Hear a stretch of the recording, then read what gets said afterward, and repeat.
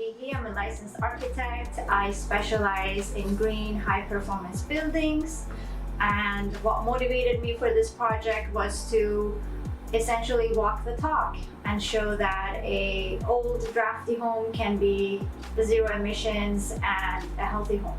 So this home was built in 1921. The house got a series of additions, DIY additions from what I can tell, in the 90s it looks like, to expand it to include a full-size kitchen and bathroom and all of that.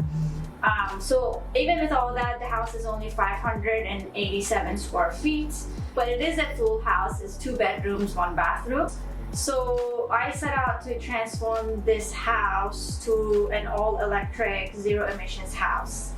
That was my primary goal, with the secondary goal of also making it a healthy home. The house, just like most of the homes here in California, was using a lot of gas. It was a gas wall heater, it was a gas stove, very old one.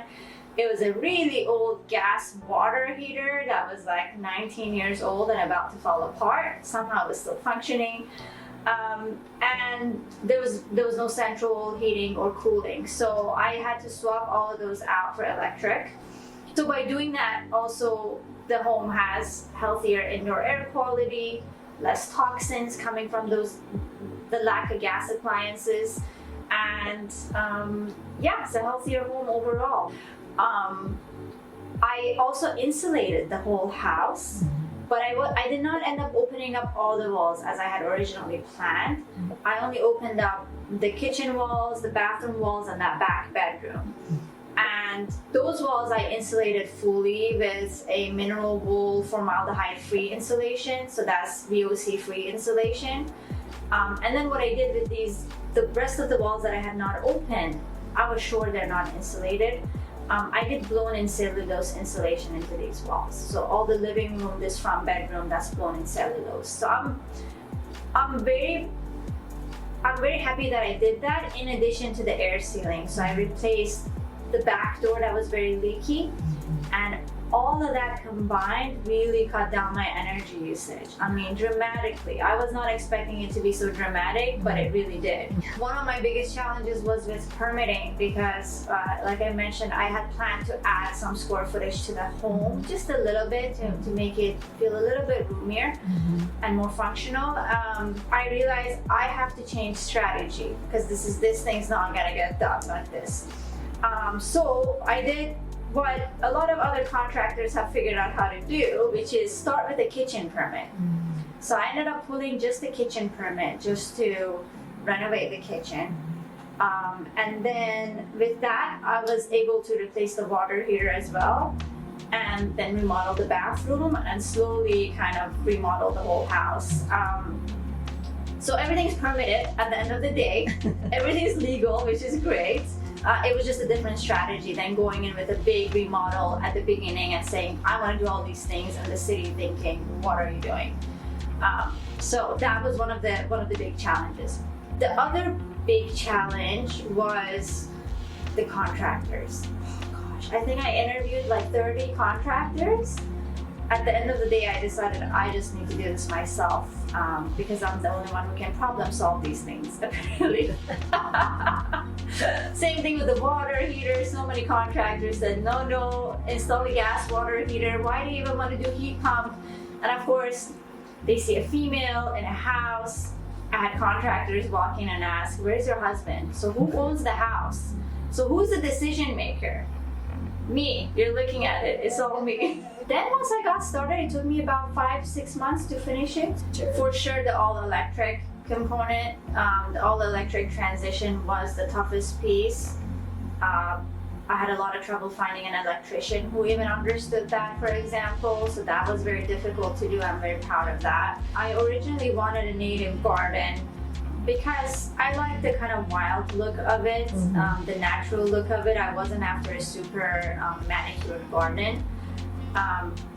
But apparently nobody knew how to plant native plants. So all the landscapers I talked with, they had no idea. You know, native plants have specific watering needs at the beginning and maybe less later, and they had no idea how to draw the right irrigation for it. And they didn't even know which ones are actual native plants. That was really interesting. I had to tell them, So at some point I decided, you know what, because I was living with I had removed all the grass. I went through a process of removing the grass, and it was looking real bad. For months it was just looking like crap. And I decided I'm just done with it looking like crap. I'd rather have something than nothing. But next time I would love to have a native landscaper and have a fully native garden.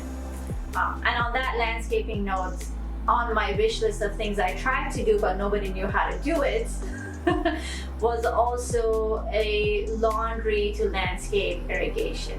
And I had the perfect opportunity for it because I redid all the plumbing lines and I put in a new laundry line that's on an exterior wall, so I could have easily drawn that out to the landscape.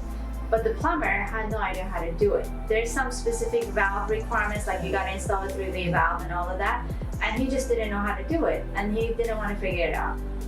So I bought the house for $517,000 with just the standard mortgage, and the renovations were just under $100,000. I did get about 12 or 15K of rebates. So I got a home electrification rebate, that was a couple of $1,000s. I got the heat pump rebates. The heat pump I'm really proud of because I installed it for a total cost of $900 after all the rebates. I got rebate for insulating the home, the IRA rebates, and of course for the solar panels. I actually ran all the numbers because I was very curious to see how much more is this going to cost me with the electrification, with the insulation, sustainability features. Even without the rebate, that's what, a 10-15% cost addition for having a fully sustainable home. It's a lot lower than what most homeowners and contractors think it would be. You tell a contractor you want to do an all-electric sustainable home, they'll automatically mark everything up by 50% because that's what they think, right? But that wasn't the case. But speaking on that, I would say one of my biggest cost savings was the AC. So I went with the package heat pump unit, which is right behind me. And this unit heats and cools. It doesn't have a condenser outside. There is no refrigerant lines. So I didn't have to find space for that. And because of that, I didn't need a professional to install it. I installed it myself with a handyman. So this was my single biggest saving because that was over $15,000 of savings just by doing this. And one unit turned out to be plenty for this home so far. Think outside the box a little bit, right? Just because everybody installs a mini split doesn't mean that's the best way to go. But my other goal with the house was to make it beautiful, modern, sleek. I don't want any clunky equipment sticking out just because it's more sustainable. I wasn't going to make that trade-off. And as I was remodeling, doing the renovation, people would stop in curious, they were doing the morning walk and they would stop in, they were curious, oh, what are you up to here? What's going on? And I would share with them. And then they would get excited that, oh, okay, we'll keep an eye out for this. Overall, everybody, at least the people I interacted with, were rooting for this to be a success. They knew what I was getting myself into and they couldn't imagine somebody crazy enough to do it. And this was a house that was in a need for a lot of TLC, right? So to take that on to them was a source of pride for the community too, because it was starting to not look so good. So, and everybody here has been living in this area for years, right? 10 years, 20 years, 30 years. So there's a lot of neighborhood pride here.